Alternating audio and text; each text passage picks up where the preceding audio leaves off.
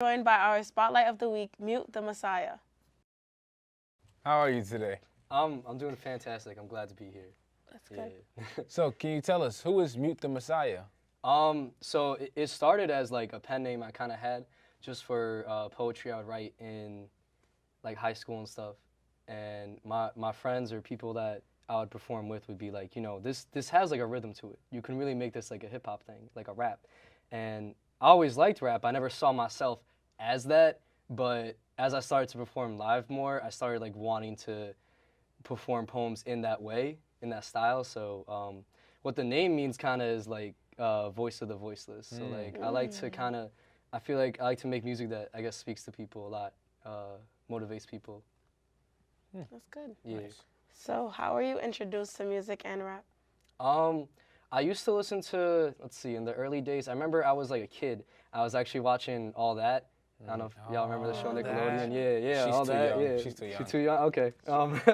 Back in the 90s, yeah, I was really young then. I was probably like 6 or something, but I remember watching Busta Rhymes was performing live. I remember and that. He had this energy and this flow that I was just like infatuated by, and I think that was kind of my introduction. Then I got into, obviously Eminem was really big in the 90s, and I liked his writing style. I got really into Common, Talib Kweli, artists like that.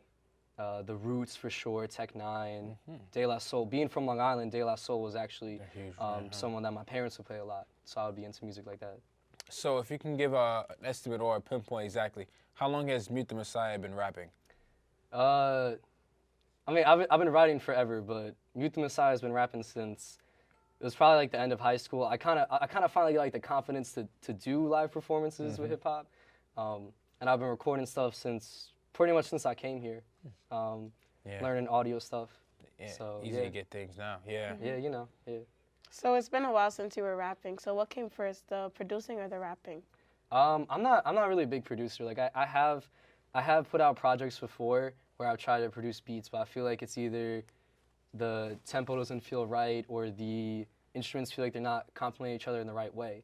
What's different about this upcoming album, Mosaic, that I'm working on, which that song was from, is that since I kind of made some kind of impact on YouTube, I've worked with a lot of producers who put out instrumentals on YouTube. So really the rapping came first. I wasn't really big into producing music, but I was very big into writing, very big into rhythm, stuff like that.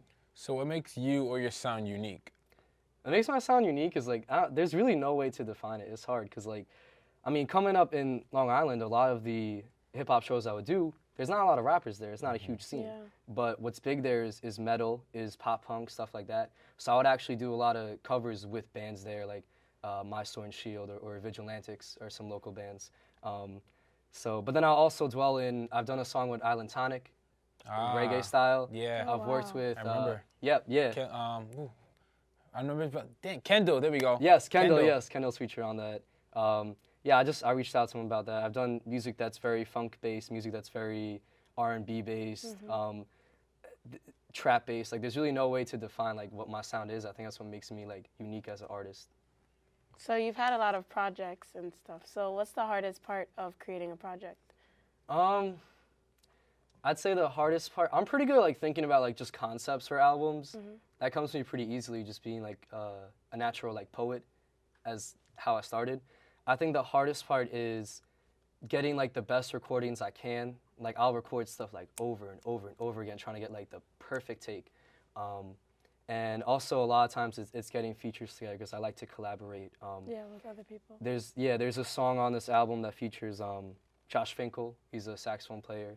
And then also my friend John Bassett, they're both students here, he plays guitar. So like, you know, working with artists like that, now we gotta figure out, okay, how do we record guitar clean? How do we record like saxophone in a clean way where it's gonna be clear, it's gonna be mixed well?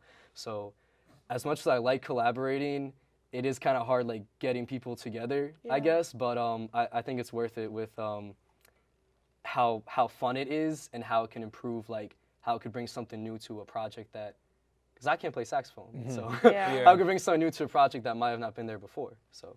That's nice. So you're saying you're dropping an album soon, and you also gave us a preview of your song. So can you tell us more about the song you're performing tonight? The song that I'm performing tonight, that one is called When the Stars Align, and it's actually There's like a little instrumental intro to the album, but that's like the first song where it's my voice rapping and all that. I think it kind of just explains where I come from, and I guess what a big purpose of my music is. It gives a lot of shout outs to people who have inspired me, myself. Like I feel like I want to start my album doing that. Like I was name dropping Chester Bennington, you know, rest his soul. I was name dropping Black Thought, Dr. Dre, artists like that. So also Lin-Manuel, you know, people that just inspire me as an artist. That's nice. Thank you. Even athletes too, like Carmelo Anthony. Yeah, I heard about that one. I was big into basketball, and he was. He's no longer going to be in Houston. I know, yeah. I don't know how, that was quick. it was quick, right? quick. Yeah, real quick, but yeah. He's always kind of inspired me, just his energy and all that, so. So we'll be back after a short commercial break. When we come back, Mute the Messiah will perform.